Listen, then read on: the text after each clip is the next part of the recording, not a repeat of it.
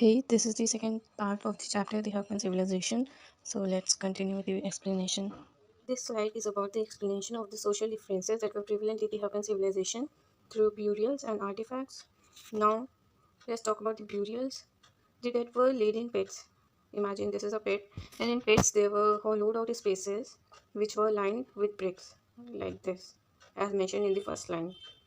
These burials often contain pottery and ornaments which could be used in afterlife, which means that Harappans used to believe in life after death. In the burials, the archaeologists have also found copper mirrors. This is the image of copper mirror. Now, jewelries are also found in both the burials of men and women. In the mid 1980s excavation, the archaeologists have found an ornament consisting of three shell rings, a jasper, which is a semi-precious stone, and hundreds of micro beads which were found near a male's skull. Now, this meal that they have mentioned must be very rich because Harappans didn't believe in burying precious things. Okay, now let's talk about the artifacts. There were two types of artifacts. There are two types of artifacts: utilitarian and luxuries. Utilitarian are the objects of daily use. They were made up of ordinary materials and were found throughout the settlement, like coins, needles, pottery, etc. Now, luxuries are made up of costly and non-local material with complicated technology. They were found in larger settlements, mostly like Harappa and Mohenjo-daro. The example of luxuries are fine pots. Fines is a material made up of sand or silica, which is mixed with color and gum and then fried. Hoards. Hoards are the objects kept carefully by people, often inside container or pots, so that they could use these precious things in need. But often the original owners do not retrieve them, so they remain where they are left till an archaeologist or any other person finds it out. This slide is about the craft production in the Harappan civilization. The Mohenjo-daro was 125 hectares large, while Chandhu-daro was just less than 7 hectares and was mostly devoted to craft production like bead making, shell cutting, metalworking, seal making, and plate making. The materials used for beads were stones like carnelian, which used to be red colored, jasper, crystal, quartz, and statite. Sometimes these beads were made by combining these two stones, as mentioned in this line. Beads were also made by using metals like copper, bronze, and gold, and shell, faience, terracotta, or even burnt clay. The shapes of the beads used to be disc, cylindrical, spherical, barrel, or even segmented. The beads were decorated by either incising or painting, or even by etching designs on them. The techniques that were used for bead making were by using statite. Now, statite is a very soft stone, so it is very easy to work on statite. And by firing carnelian, which is a red color stone, the beads were also chipped, flaked, grinded, drilled, or polished. Now, the drills are also found in Chanhudaro, Lothal, and Dholavira. Nageshwar and Balakot were famous for shell objects like bangles, ladles, and inlay. Products were taken from small settlements to big ones, like a product made in Chanhudaro was often exported to Mohenjo-daro or Harappa. These are some of the big towns. Identifying centers of production. Now, to identify centers of craft production, archaeologists usually look after the raw material like stone nodules, shells, and copper ore. They also look after the tools, unfinished objects, or rejects and waste material. Now, rejects and waste material is one of the best indicators to find about the centers of craft production because when, like for example, if a shell or stone is cut in a particular place to make objects, then obviously the residue of that object will be discarded there as waste. So, so in this form, the archaeologists get to know about the centers of craft production through raw material, tools, unfinished objects, and rejects and waste material. Now, to transport a raw material to another place, they obviously need transportation even at that time. The transportation available at that time were land routes, riverine routes, and coastal routes. through land routes. The transport available was terracotta toy model of bullock carts. For riverine routes, they used to use Indus and its tributaries. Now, the strategies for producing materials. There were mostly three strategies. The first is establishing settlement. Like if I know that in a particular place the raw material for making gold jewelry of gold is available, then I will go at a particular place and you know uh, and settle there. Okay, so this is what establishing settlements mean. Now, shell is mostly found in Nageshwar and Balakot. Lapis lazuli, which is blue in color, was mostly found in Shotugai, Afghanistan. Carnelian was mostly found in Lothal and Bharuch, which is in Gujarat. Statite was found in South Rajasthan and North Gujarat. Metal was found in Rajasthan. Now, the second method is by sending expedition. Like if I live in this particular place and I know there is raw material for gold in this place, then I will ask my men to go there and bring raw material to my home, to my workplace.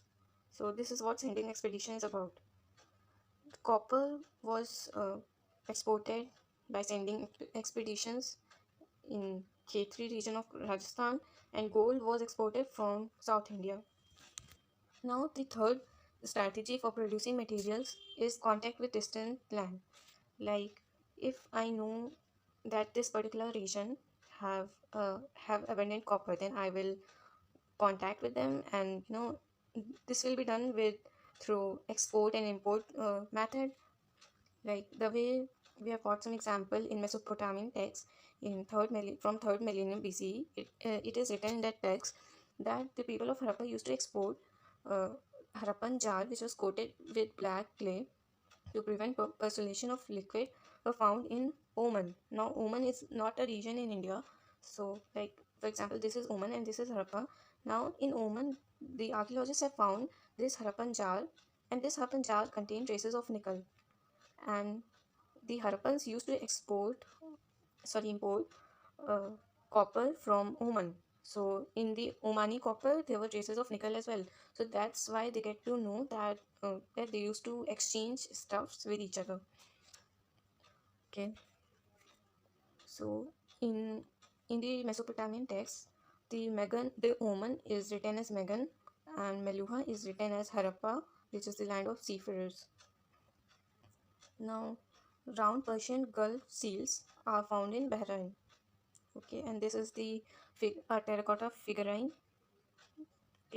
This is very important figure, and every figure that I have used in these slides, kindly remember them, because nowadays even a question comes of probably 1 or 2 marks about a picture question, and you have to answer and figure out what the picture is about. The last slide is about seals, scripts, weights, and the ancient authority that was prevalent in the Huppan civilization. So, seals were used for long distance trading. It contained sender's identity and animal motifs for those who couldn't read.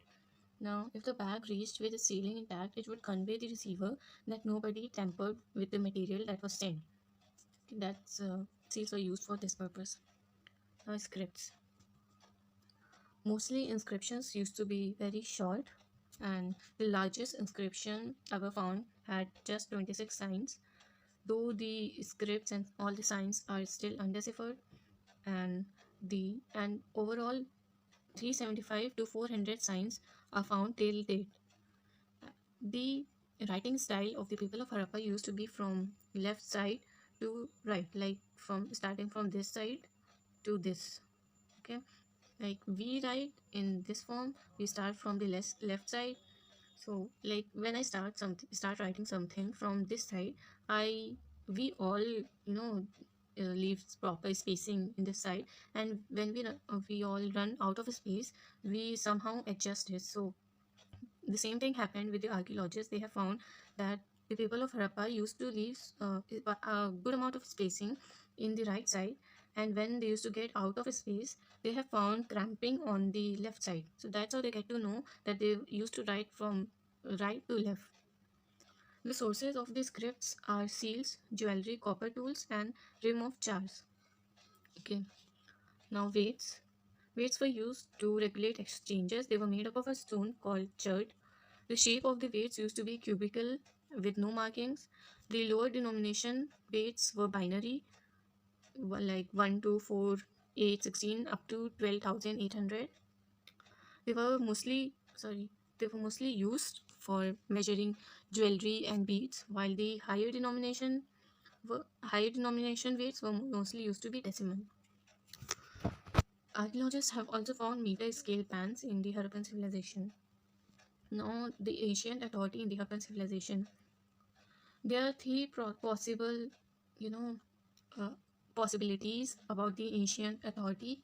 The first is no ruler. Everyone in the Harappan civilization used to have equal rights. The second is several rulers, like there used to be um, separate ruler for separate towns, like Mohenjo-daro would have uh, its own ruler and Harappa its own. The third theory is a single ruler, which is most plausible because of similar artifacts in the complete settlement and planned settlements, standardized fixed size, and settlements near source of raw material. Because the same decision all over the settlement, it is not possible that so many people could take the same decision. So this theory is mostly plausible. Now this is the priest king. This is an important figure. Now they have called this figure a priest king because they have found the same kind of statue in Mesopotamia as well. So this is all about the second part. I'll be making third part as well. So if you like the video, share it and ask your queries in the comment section, and feel free to share your suggestions. Thank you for watching. Bye bye.